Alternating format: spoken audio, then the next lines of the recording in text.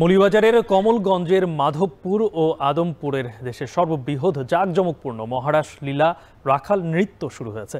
সেখানে আছেন M A Hamid. Hamid, এই মহারাস মেলাঘুরি কি কি আয়োজন চলছে এখন?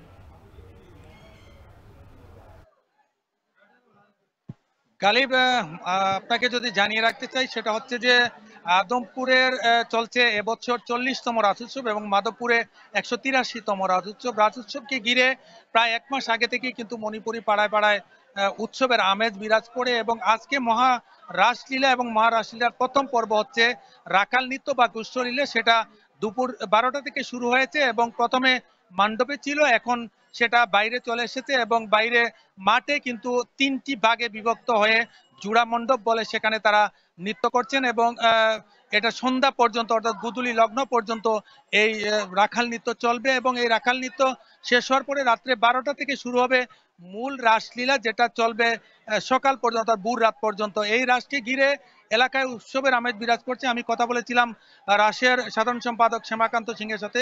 তিনি আমাকে জানিয়েছেন যে এ পর্যন্ত দেশ বিদেশের প্রচুর পর্যটক এখানে সমাগত হয়েছেন এবং প্রচুর লোক সমাগত হয়েছেন। তারা আশা করছেন যে লক্ষাধিক লোক এখানে ভক্তবৃন্দ এখানে আসবেন এবং রাস উপভোগ করবেন। এছাড়াও রাসকে ঘিরে এখানে প্রচুর পরিমাণে মেলা বসেছে, প্রচুর দোকানপাট বসেছে।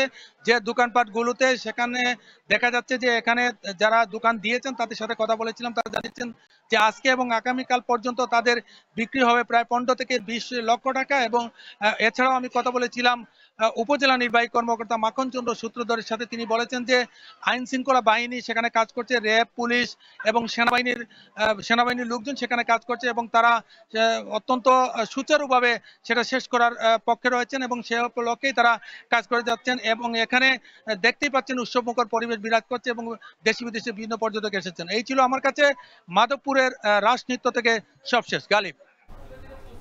যুক্ত ছিলেন এম এ হামিদ।